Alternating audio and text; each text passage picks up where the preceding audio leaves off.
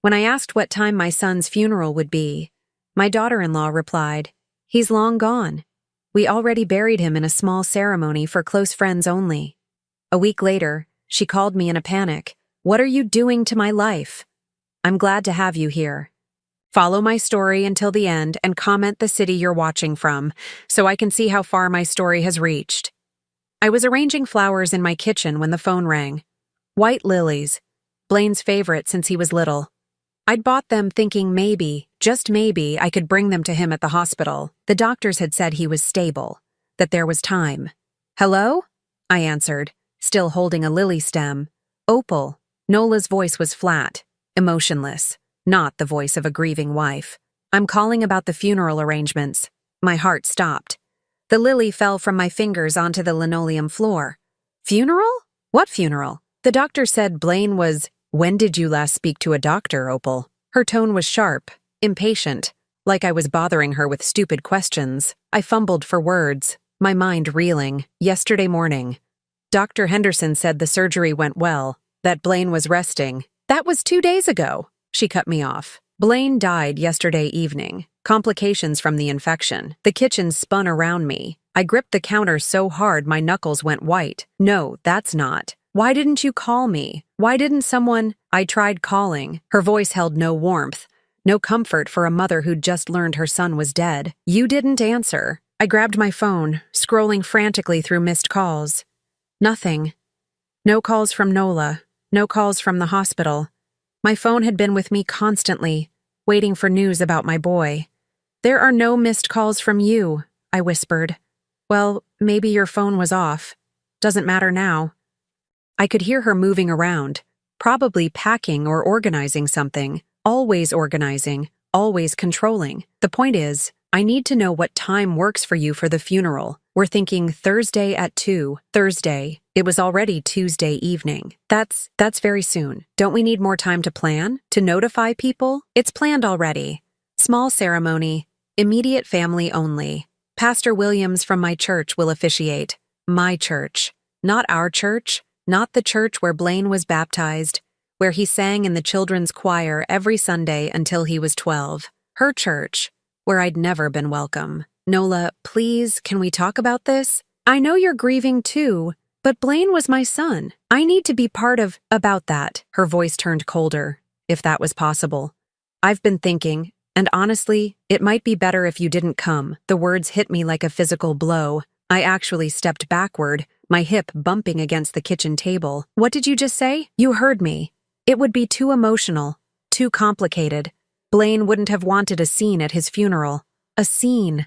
As if a mother grieving her only child was a scene. As if my presence at my own son's funeral would be inappropriate. Nola, you can't be serious. He's my son, my only child. He was my husband. And frankly, Opal, where have you been the last 5 years? You barely called, barely visited. Don't pretend you were close to him now." Each word was a knife, because there was just enough truth in them to hurt. I hadn't called as much as I should have. I hadn't visited as often as I wanted to, but every time I tried, there was always a reason I couldn't come, always some conflict or issue that Nola discovered. "I tried," I whispered. "Every time I planned to visit, something came up. You said he was too tired, or you had plans, or..." "Exactly. You tried. That's not the same as being there." I thought about all the birthdays where my calls went unanswered, the Christmas invitations that were withdrawn at the last minute, the grandchildren I'd never met because Nola said it would be too confusing for them to have multiple grandmother figures. "Wait, grandchildren? The kids," I said suddenly. "Blaine's children. I should at least..." "What children?" Nola's voice was genuinely confused now. "He told me. 2 years ago he said you were expecting. Then last year he mentioned the baby was walking and..." Nola laughed. Actually laughed. "Opal, we never had children. I don't know what Blaine told you, but we decided against kids years ago. My career, his health issues. We were happy, just the two of us. The lies. The elaborate stories Blaine had told me about his imaginary children. The photos he'd shown me that must have been of other people's kids. Why would he lie about something like that?" "I don't understand," I murmured.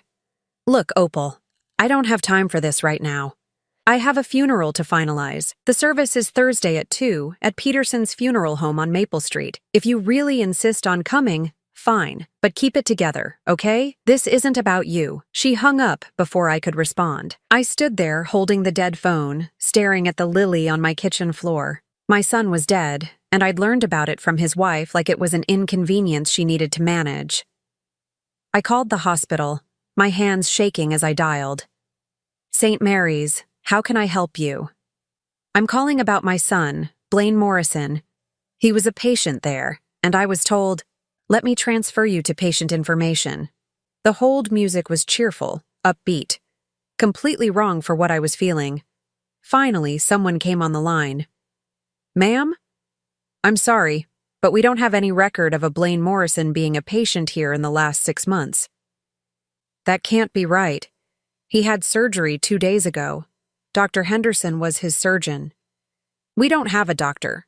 Henderson on staff, ma'am. Are you sure you have the right hospital? I hung up, my mind spinning. What hospital had Blaine been in? Why had I thought it was St. Mary's? The conversations with him over the past weeks blurred together in my memory. Had I assumed which hospital? Had he actually told me, or had I filled in the blanks myself? The funeral home. I could call Peterson's, at least confirm that much. Peterson Funeral Home, this is Margaret speaking. Hi, I'm calling about the service for Blaine Morrison on Thursday. Oh yes, Mrs. Morrison. Everything is arranged just as you requested. Closed casket, small service, immediate family only. Will you be bringing the flowers, or should we handle the arrangements? I'm not Mrs. Morrison, I said slowly. I'm Opal Morrison, Blaine's mother. Silence on the other end. Then, oh my, I'm so sorry, Mrs. Morrison. Your daughter-in-law specifically said that the guest list was finalized and that no additional family members would be attending. I assumed. She said I wasn't coming. She said it would be too difficult for you, that you preferred to grieve privately. I'm terribly sorry for the confusion. Too difficult for me. As if seeing my son laid to rest would be harder than not being there at all. The service is definitely Thursday at 2? I asked. Well, actually, there's been a change. Mrs. Morrison called an hour ago and moved it up to tomorrow at 10 in the morning. She said something about wanting to get it over with quickly, for everyone's sake. Tomorrow, Wednesday morning, less than 12 hours from now. She'd moved my son's funeral and hadn't even bothered to tell me. I hung up and sank into my kitchen chair, staring at the lily on the floor. In the morning, while I was probably having coffee and reading the newspaper, my only child would be buried. His wife, the woman who'd systematically excluded me from his life, would be the only one there to say goodbye. But maybe that's exactly what she wanted. Maybe that had always been the plan. The realization hit me like ice water. I might never even know where my son was buried. I didn't sleep that night. Instead, I sat in Blaine's old bedroom, surrounded by photos and memories, trying to piece together when everything went wrong. The room had been untouched since he moved out 12 years ago. His baseball trophies still lined the shelves. His college diploma hung crooked on the wall where he'd hastily placed it before graduation. When did I lose my son? It hadn't been sudden. It was more like watching someone disappear in slow motion, so gradual you don't notice until they're completely gone. I picked up a photo from his nightstand. Blaine at 26, grinning beside his new bride. Nola looked radiant in her wedding dress, her arm possessively wrapped around his waist. I remembered that day clearly because it was the first time I felt like an outsider in my own son's life. Mom, I need to talk to you about the seating arrangements, Blaine had said 3 days before the wedding. His voice was apologetic, uncomfortable. Nola thinks it might be better if you sat in the second row instead of the front. The second row? I'd tried to keep my voice light, understanding. But honey, I'm the mother of the groom. I know. It's just, Nola's family is bigger, and they've been planning this for months. Her grandmother needs to sit up front because of her wheelchair and, of course, I'd interrupted. I didn't want to be the difficult mother-in-law before I'd even become one. Whatever makes Nola happy. But it stung. And looking back now, it was the first of many small concessions that added up to complete exclusion. I set the photo down and picked up another, Blaine's high school graduation. He was beaming, his cap askew, his arm around my shoulders. Back then, I was his whole world. His father had left when Blaine was 8, and it had been just the two of us for so many years. We were a team. "Mom, you're embarrassing me," he'd said that day, but he was laughing, happy, present. When had that changed? When had I become the embarrassment instead of the source of pride? I pulled out my old calendar from the year after his marriage, flipping through the pages. There it was, my handwriting marking every planned visit, every canceled dinner, every excuse. March 15th, visit Blaine, canceled, Nola has flu. April 22nd, Easter dinner, moved to Nola's parents instead. June 3rd, Blaine's birthday, we'll celebrate next week. We never did. August 17th, weekend visit, Nola's sister visiting, maybe next month. The pattern was so clear now. How had I not seen it then? Every time I tried to make plans with my son, Nola had a reason why it wouldn't work.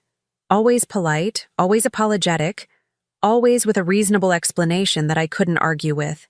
"I'm so sorry, Opal," she'd say on the phone, her voice sweet as honey.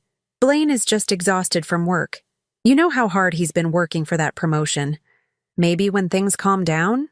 Or, "Oh, I wish you'd called yesterday. We just made plans with my college friends. Maybe next weekend?" And my favorite, "Blaine's been feeling a bit overwhelmed lately. The doctor said he needs to reduce stress. Family visits can be so draining, can't they? Family visits." As if seeing his own mother was a burden instead of a joy. I found my phone and scrolled back through years of text messages with Blaine. The change in tone was gradual but unmistakable. 3 years ago, "Love you, Mom. Can't wait to see you Sunday." 2 years ago, "Hey, Mom, something came up. Can we reschedule?" Last year, "I'll call you later this week." The messages got shorter, less frequent, more distant. But underneath the growing coldness, I occasionally caught glimpses of the son I used to know. 6 months ago, he'd called me out of the blue on a Tuesday afternoon. "Mom, are you busy?" "Never too busy for you, honey. What's wrong?" I could hear something in his voice. Strain, sadness, maybe. "Nothing's wrong. I was thinking about that time when I was 12 and got pneumonia. Remember? You slept in that uncomfortable chair next to my hospital bed for 3 nights straight." "Of course I remember. You were so sick, sweetheart. I wasn't leaving you alone. The nurses kept telling you to go home and get some real sleep. But you wouldn't leave." "Why are you thinking about that, Blaine?"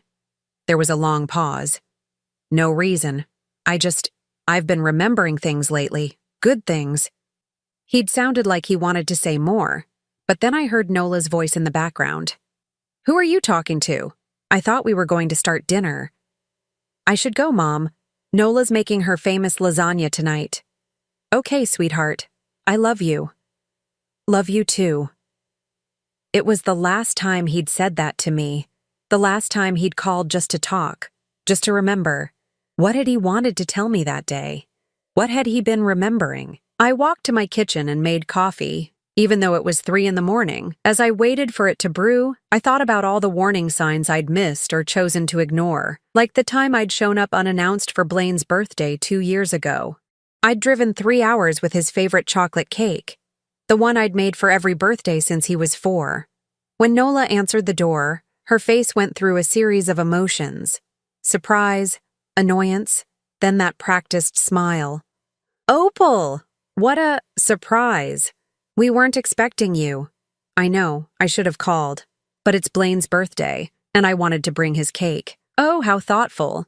But actually, we're just leaving for dinner with my family. My mother made reservations at that new steakhouse downtown. I could come with you," I'd offered hopefully. "I'd love to meet your parents properly." "Oh, I don't think there's room. It's a small table. You know how restaurants are." She took the cake from my hands. "But this looks delicious. I'm sure Blaine will love it." Through the doorway, I could see Blaine putting on his jacket. He looked up and saw me. "Mom, what are you doing here?" "Not Mom, I'm so glad you're here." "Not Mom, what a wonderful surprise." Just confusion, maybe even irritation.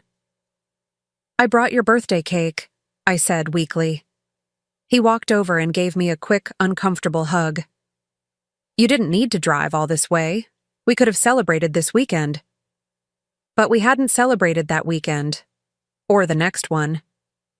The cake sat in their refrigerator until it went stale, and I never found out if Blaine even had a slice. Now, sitting in my kitchen at 3 a.m., I realized that Nola hadn't just been making excuses. She'd been training my son to see me as an inconvenience.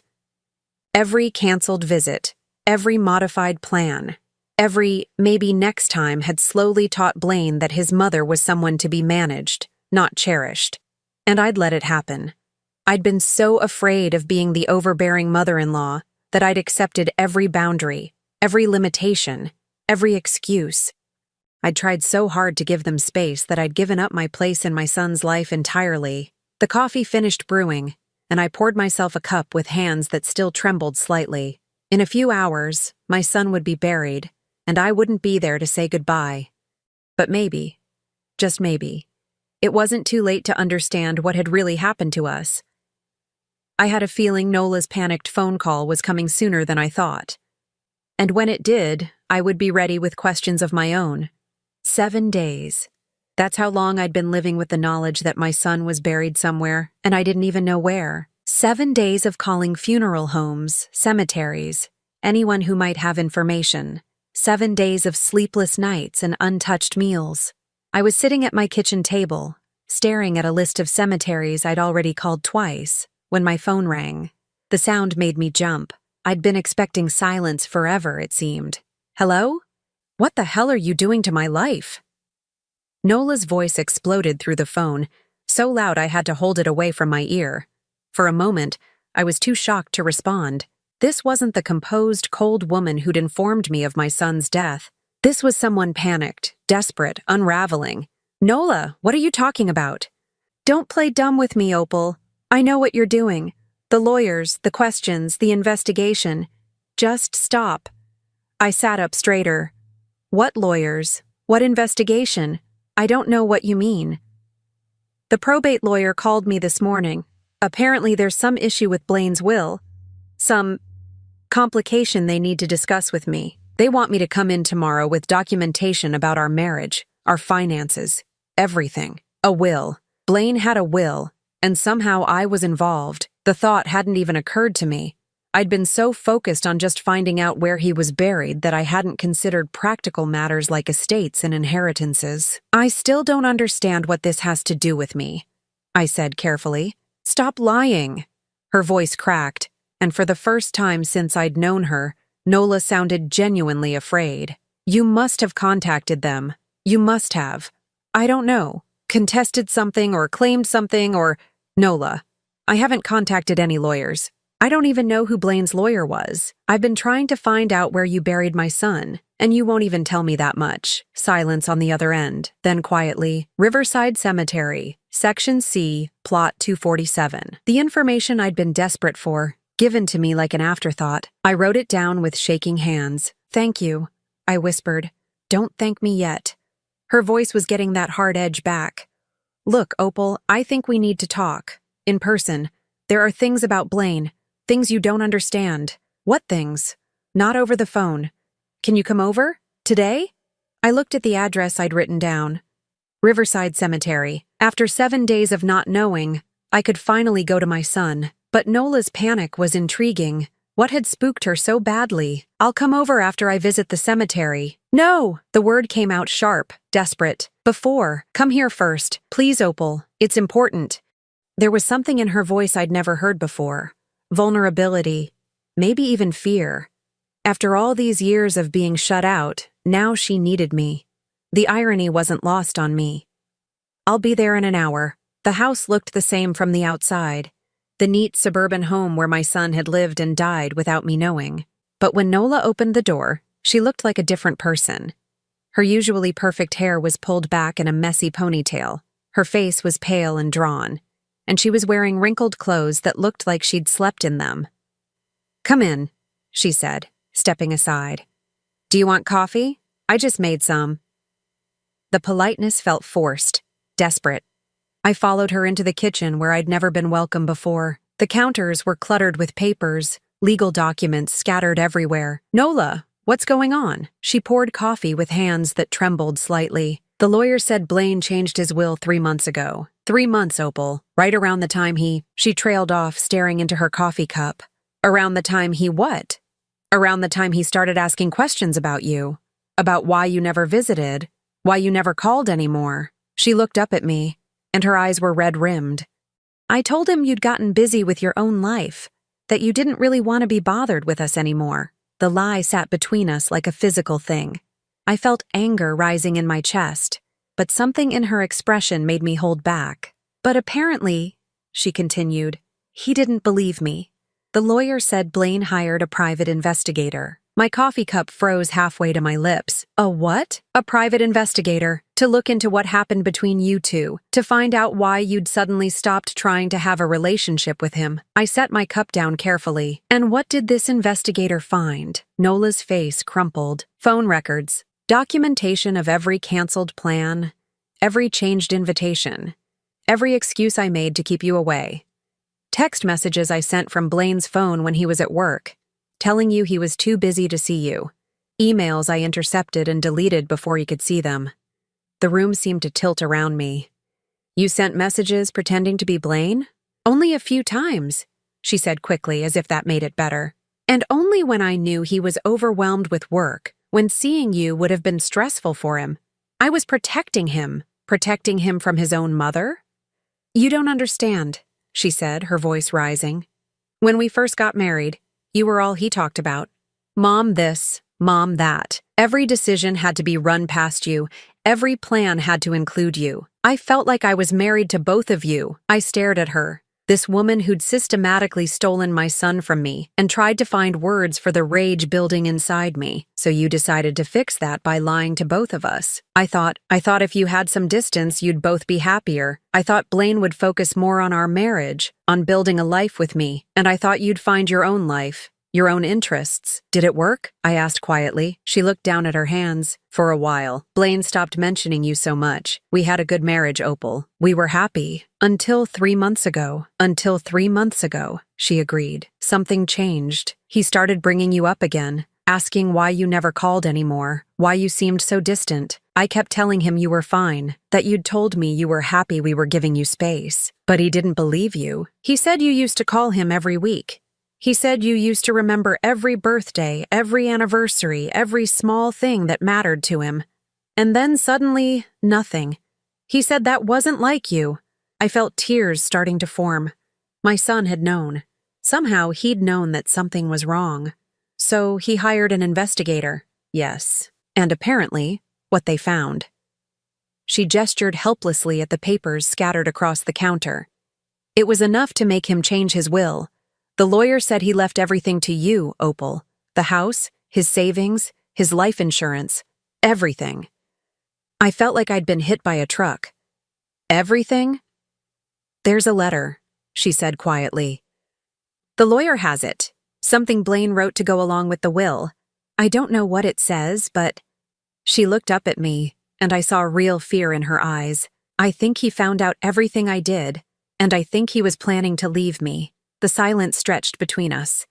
Outside, a neighbor was mowing their lawn, the sound bizarrely normal in the middle of this revelation that was reshaping everything I thought I knew about my son's last months. He was going to contact you, Nola said finally. The investigator's report recommended it. Said there was clear evidence that your relationship with Blaine had been sabotaged by a third party, by you, by me. She stood up abruptly, pacing to the window. I never meant for it to go this far, Opal. I never meant to keep you from him completely. I wanted to be first in his life for once. And now he's gone. And you've lost everything. She turned to face me, tears streaming down her face. I've lost everything that matters. And the worst part is, I think he knew. I think he knew what I'd done. And he died thinking I was a monster. Maybe he had. Maybe in those final months, my son had finally seen through the web of lies his wife had built around us. Maybe he'd been planning to come home to me, to rebuild what we'd lost. But I'd never know for sure. That opportunity had died with him. I need to see that lawyer, I said, standing up. And I need to read whatever letter Blaine left. Nola nodded miserably. His name is David Hartwell. His office is on Main Street. He's expecting you tomorrow at 10. As I walked toward the door, she called after me. Opal, what are you going to do? About the house, I mean. About everything. I turned back to look at her. This woman who'd robbed me of years with my son, who'd twisted lies into truth until neither Blaine nor I knew what was real anymore. I don't know yet, I said honestly, but I'm going to find out exactly what my son wanted me to know. The door clicked shut behind me, and for the first time in 7 days, I had somewhere I needed to be. 2 places, actually. Riverside Cemetery to finally say goodbye, and a lawyer's office to discover what my son had left for me beyond money and property. I had a feeling Blaine's letter was going to change everything. The cemetery was quiet except for the sound of wind through the trees. Section C, Plot 247. A simple granite headstone with my son's name, his dates, and nothing else. No beloved husband, no devoted son, just his name and the stark reminder that 34 years wasn't nearly enough. I knelt beside the grave, my knees sinking into the soft earth, and placed the white lilies I'd brought. The same flowers that had been in my kitchen when Nola called to tell me he was gone. "I'm sorry, sweetheart," I whispered. "I'm sorry I wasn't there. I'm sorry I didn't fight harder to stay in your life." The wind picked up, rustling the leaves overhead, and for a moment I could almost hear his voice. "Mom, you worry too much." That's what he used to say when he was little and I'd fuss over scraped knees and hurt feelings. I stayed there for an hour, telling him about everything I'd learned, everything I wished I'd done differently. When I finally stood to leave, I felt lighter somehow. Not healed, that would take time, but no longer carrying the crushing weight of not knowing where he was. David Hartwell's office was everything you'd expect from a small-town lawyer. Dark wood, leather chairs, walls lined with law books that looked like they'd actually been read. He was younger than I'd expected, maybe 40, with kind eyes behind wire-rimmed glasses. "Mrs. Morrison, thank you for coming. Please, have a seat." I settled into the chair across from his desk, my purse clutched in my lap like armor. "I have to admit," he said, pulling a thick file from his desk drawer, "in 30 years of practicing law, I've never seen anything quite like this situation. Nola told me Blaine changed his will recently, 3 months ago, to be precise, but it wasn't just the will he changed. He also hired a private investigator and left specific instructions for how his estate was to be handled. He opened the file and pulled out several documents. Before we go through the details, he left this for you." He handed me a sealed envelope with my name written in Blaine's familiar handwriting. My hands shook as I took it. "Would you like a few minutes to read it privately?" I nodded, unable to speak. He stepped out of the office, closing the door softly behind him. I stared at the envelope for a long moment before carefully tearing it open. The letter was 4 pages long, written in blue ink on plain paper. Blaine's handwriting had always been neat, careful, but this looked rushed in places, as if he'd been in a hurry to get the words out. "Mom," it began, and I had to stop reading for a moment to wipe my eyes. "If you're reading this, then I'm gone and David has followed my instructions to make sure you get this letter. I don't know how much time I have left. The doctors aren't optimistic about the next surgery, but I need you to know the truth about what happened between us. I hired a private investigator 6 weeks ago because something wasn't right. You disappeared from my life so gradually that I almost didn't notice at first, but then I realized we hadn't had a real conversation in over a year. Every time I tried to call you, Nola said you were busy. Every time I suggested visiting, she had a reason why it wasn't a good time. When I asked her directly about it, she told me you'd said you wanted space, that you felt I was too dependent on you and needed to focus on my marriage. That hurt, Mom, but I believed it because I trusted her. I thought maybe you really did want distance, but it never felt right. You raised me by yourself after Dad left. We were a team. You never made me feel like I was too much or too dependent. So I decided to find out what had really happened. The investigator's report is with my lawyer. You should read it, but I'll give you the summary. Nola has been intercepting our communications for years. Phone calls, emails, text messages. She's been canceling plans I never knew about and making excuses I never authorized. She's been lying to both of us, Mom, and keeping us apart deliberately. I confronted her about it last week. At first, she denied everything, but when I showed her the evidence, she broke down and admitted it. She said she felt like she was competing with you for my attention, that she needed to be the most important woman in my life. I told her that love doesn't work that way. You don't have to diminish one relationship to strengthen another. You taught me that, actually, back when I was worried about dating in high school. You said the heart has infinite capacity for love, and the people who matter most want to see you happy, not isolated. She cried and apologized and promised to fix things. But Mom, I don't think I can forgive this. She stole years from us, years we can't get back. While you were thinking I didn't want you in my life anymore, I was thinking you'd outgrown needing me in yours. The truth is, I never stopped needing you. I never stopped wanting to hear your voice telling me I could handle whatever was worrying me. I never stopped missing our Sunday morning phone calls where you'd update me on your garden and I'd tell you about work. I never stopped being proud to be your son. I'm leaving everything to you because you're my family, my real family. Not because of blood, but because of love. Because you're the one who was there when I had nightmares, who taught me to drive, who came to every baseball game even when you were working double shifts. I'm also leaving you something else. The power to decide what happens to Nola. She doesn't know about the will yet. She thinks everything will come to her automatically. If you want to provide for her, you can. If you want to make sure she's taken care of, that's your choice. But if you want her to face the consequences of what she's done, that's your choice too. I know this puts a burden on you that you shouldn't have to carry. But I trust your judgment more than anyone's, and I know whatever you decide will come from a place of wisdom, not revenge. I'm sorry, Mom. I'm sorry I let her fool me for so long. I'm sorry I didn't trust my instincts sooner. I'm sorry I won't get to make it up to you in person. I love you. I've always loved you. Nothing Nola did changed that, even when I didn't understand what was happening. You're the best mother I could have asked for, and I'm proud to be your son. Please don't let guilt eat at you. You did nothing wrong. You loved me the way mothers are supposed to love their children.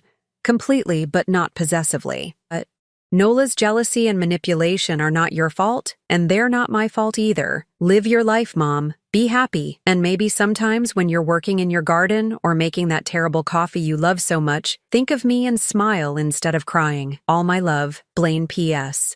I hid a key to our safety deposit box in the old coffee can in your kitchen, the one you used for loose change when I was growing up.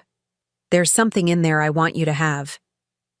I read the letter 3 times before David knocked softly and came back into the office.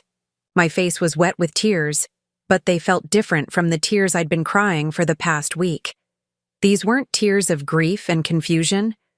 These were tears of relief, of love, of a connection that had never really been broken. Your son was very thorough, David said gently, settling back into his chair. The private investigator's report is quite detailed.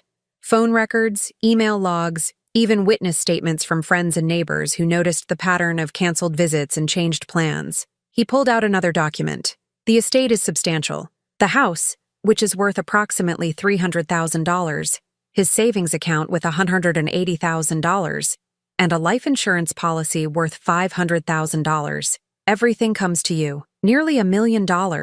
Money Nola had been counting on, had probably already made plans for. There's also this. He handed me a smaller envelope. Instructions for accessing the safety deposit box. Your son was very specific that you should visit it alone, when you're ready. I thought about the key he'd mentioned, hidden in the coffee can in my kitchen. After all these years, he'd remembered that silly old Maxwell House can where I used to save quarters for his school lunches. What are my legal obligations to Nola? I asked. Legally? None. She has no claim to the estate. Blaine left her nothing, and Texas isn't a community property state when it comes to inheritances. He paused. But I should mention, she's been calling the office every day since she found out about the will change. She's concerned about her financial situation. Concerned enough to admit what she did? She's admitted some things. Yes, she seems to understand that her actions have consequences. He leaned forward slightly. Mrs. Morrison, I've read your son's letter and the investigator's report. What was done to you and your relationship with Blaine was deliberate and cruel. You have every right to feel angry. I thought about Nola, sitting in her kitchen surrounded by papers, realizing that everything she'd built through manipulation and lies was crumbling around her. Part of me felt satisfaction at her panic. But another part, the part that sounded like Blaine's voice, wondered what he would want me to do. I need some time to think, I said finally, to process all of this. Of course. Take all the time you need. When you're ready to make decisions about the estate, call me. He handed me his card and copies of all the documents. And Mrs. Morrison, your son spoke about you often when he was preparing these arrangements. He wanted you to know that none of this was your fault and that he never stopped loving you. I walked out of that office feeling like I was carrying my son's voice with me for the first time in years. Not the distant, polite voice I'd heard in our last few conversations, but the voice of the boy who used to call me his best friend. There was one more stop I needed to make. The safety deposit box could wait, but the coffee can in my kitchen couldn't. I needed to hold whatever piece of my son was waiting for me there.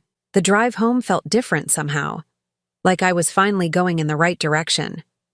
The old Maxwell House coffee can sat exactly where it had for the past 15 years, on the top shelf of my kitchen pantry, behind the flour and sugar. I'd forgotten it was even there, this relic from when Blaine was in high school and I'd save loose change for his baseball tournament fees and pizza money. My hands trembled as I lifted it down.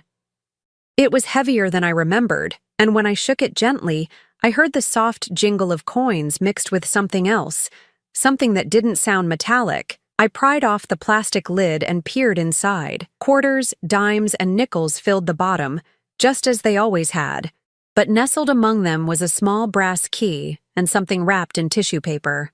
I pulled out the tissue paper first, unfolding it carefully. Inside was a small silver bracelet, one I recognized immediately. I'd given it to Blaine for his 16th birthday, engraved with "My son, my pride, my joy" on the inside.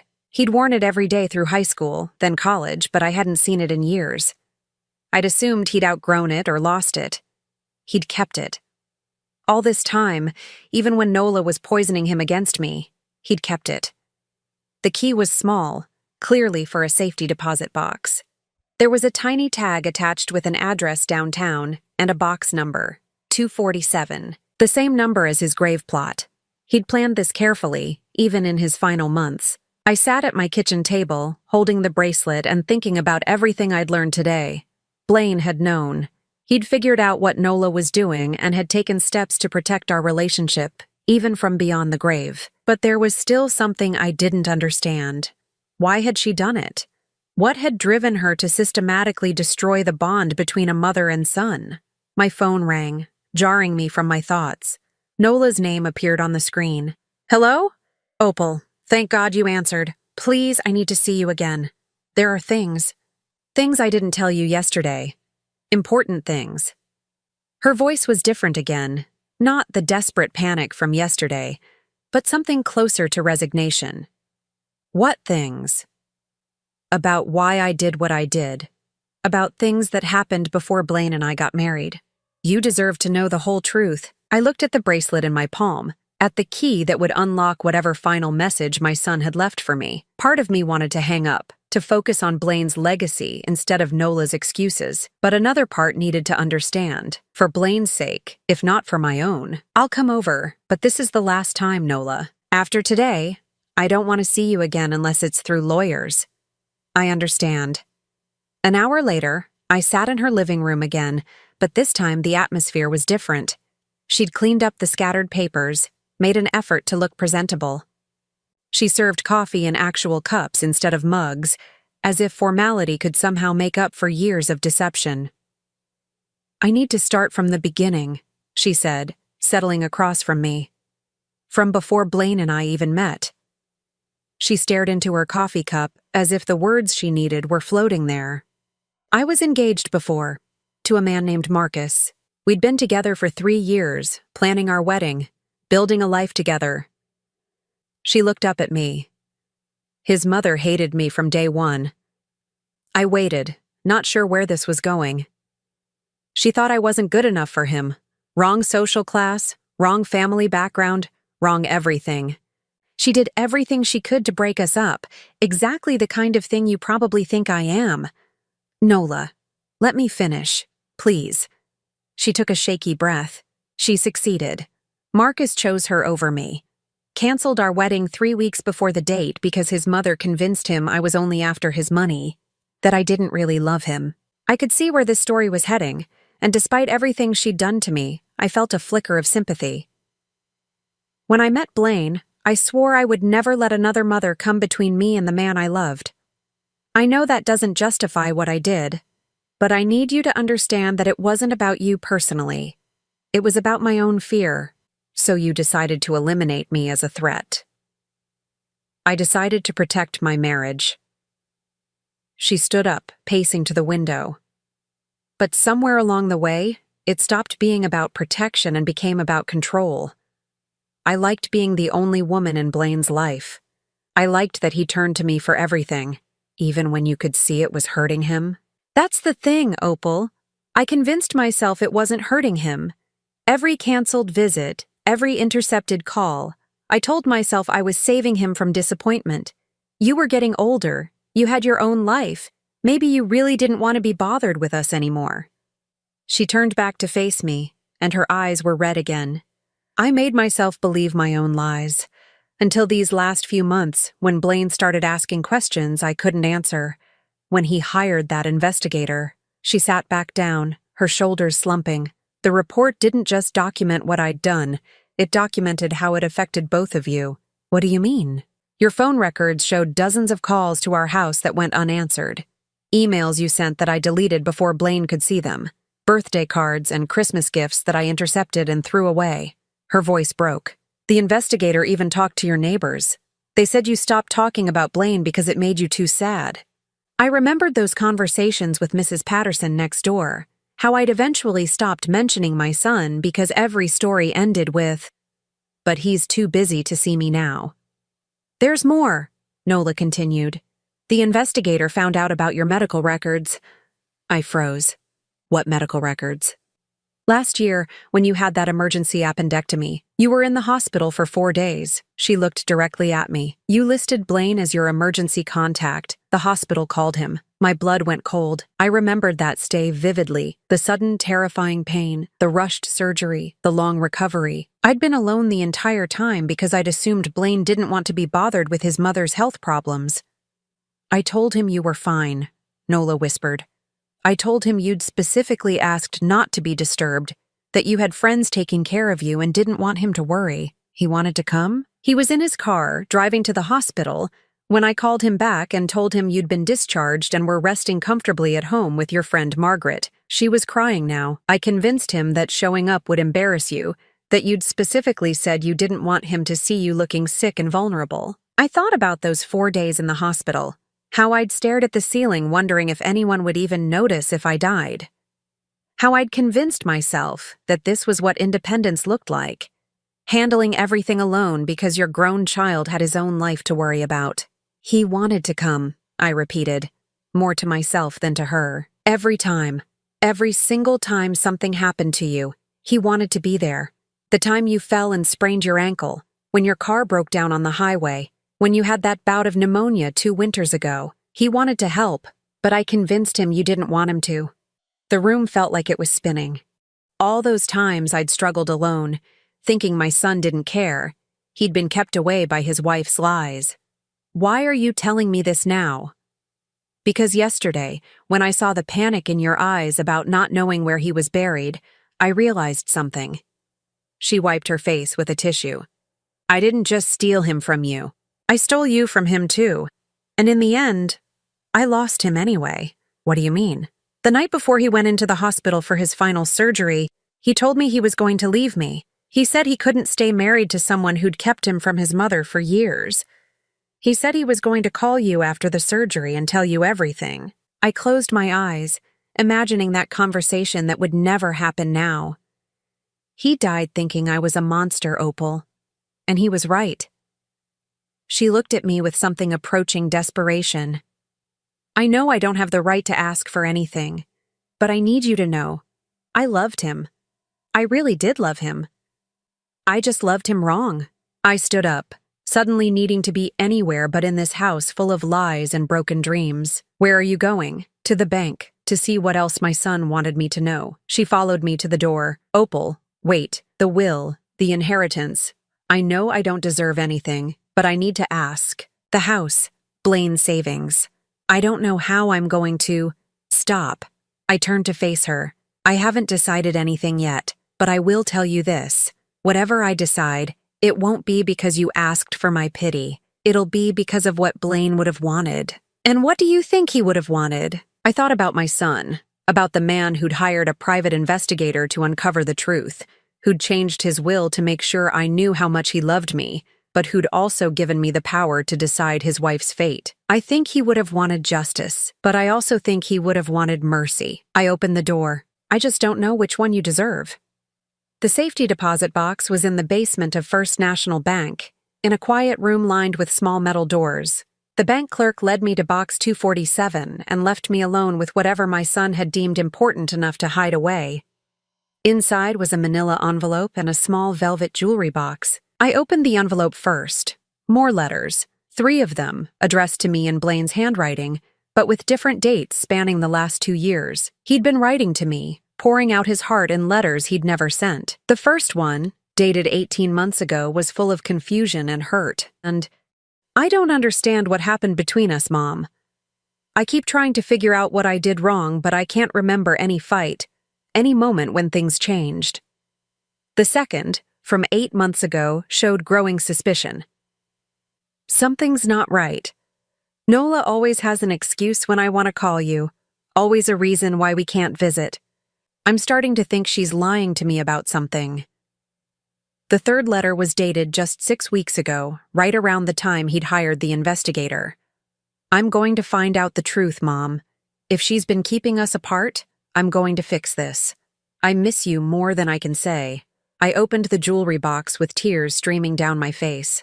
Inside was my mother's ring, the one I'd given Blaine when he got engaged, telling him to save it for his first daughter.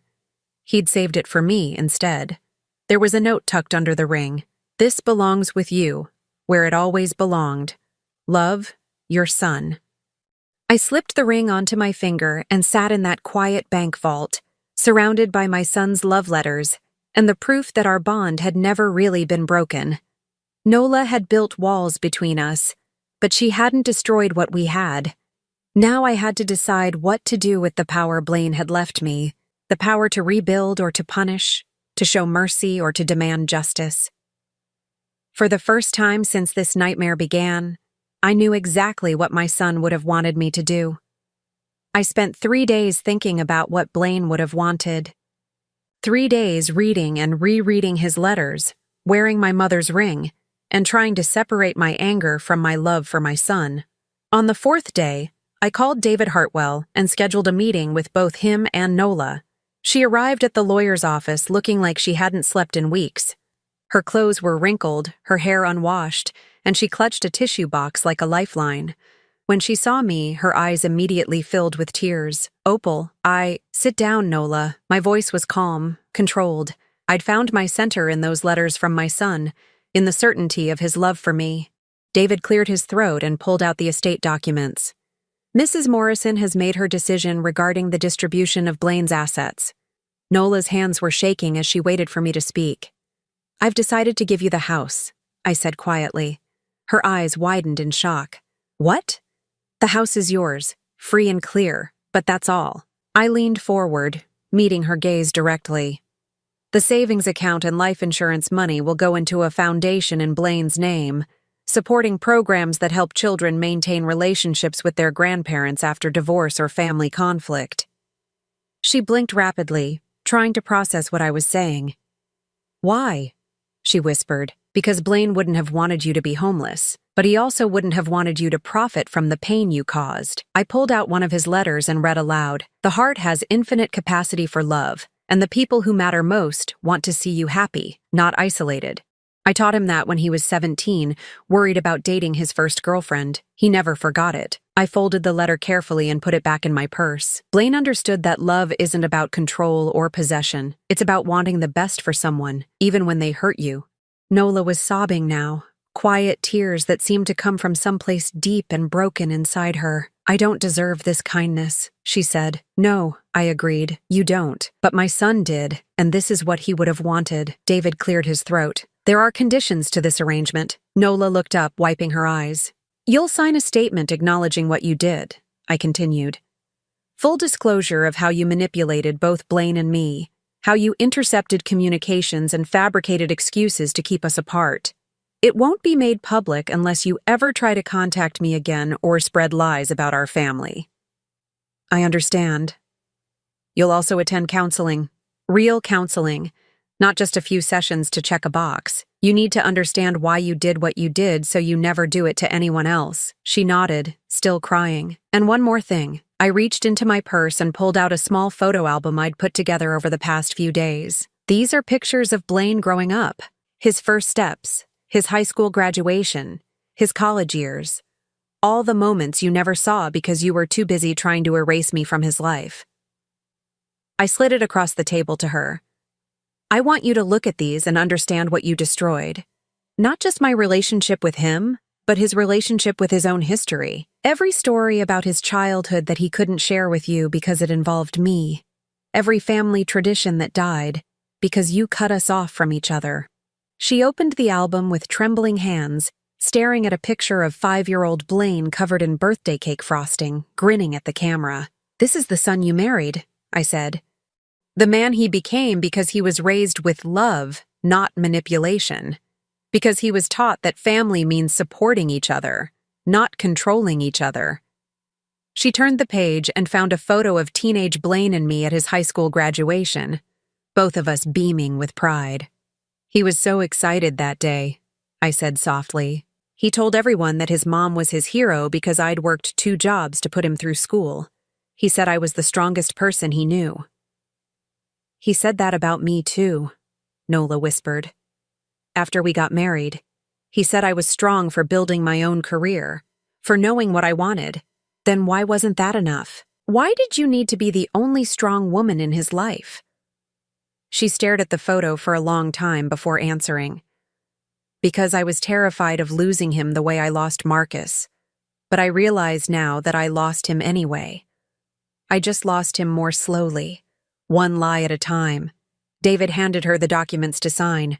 As she worked through the paperwork, acknowledging her deception and agreeing to the conditions of inheriting the house, I felt something I hadn't expected: peace. This wasn't revenge. Revenge would have left her homeless and destitute. This wasn't forgiveness either. Forgiveness would have to come later, if at all. This was justice, tempered by the kind of compassion Blaine had always shown, even to people who didn't deserve it. When all the papers were signed, Nola looked up at me one last time. "Will you tell me about him?" she asked quietly. "About what he was like as a little boy? I know I don't have the right to ask, but I'd like to understand who he was before I met him." I thought about refusing. She'd stolen years of my son's stories from me. Why should I give her any back? But then I remembered something Blaine had written in one of his unsent letters. "I wish I could tell Nola about the time you taught me to drive in the church parking lot, or about how you used to sing Beatles songs while you cooked dinner. I wish she understood that loving you didn't mean loving her less." "He was curious about everything," I said finally. "Even as a toddler, he had to know how things worked. He took apart our toaster when he was 4 because he wanted to see where the toast went." A small smile crossed her face. "He still did that. Always tinkering with things, trying to fix them or make them better. He got that from his grandfather, my father. He was an engineer too." I closed my purse and stood up. "Blaine used to say he inherited the family gift for solving problems. I guess he was trying to solve the biggest problem of all at the end, how to bring his 2 families together." "His 2 families? You were his family too, Nola. In spite of everything you did, he loved you. That's why this was so hard for him. Why he waited so long to confront you. He didn't want to choose between us." She stood up as well, clutching the photo album. "Thank you for this. For the house, for the pictures, for not destroying me the way I deserved. Don't thank me. Thank Blaine. This is his mercy, not mine."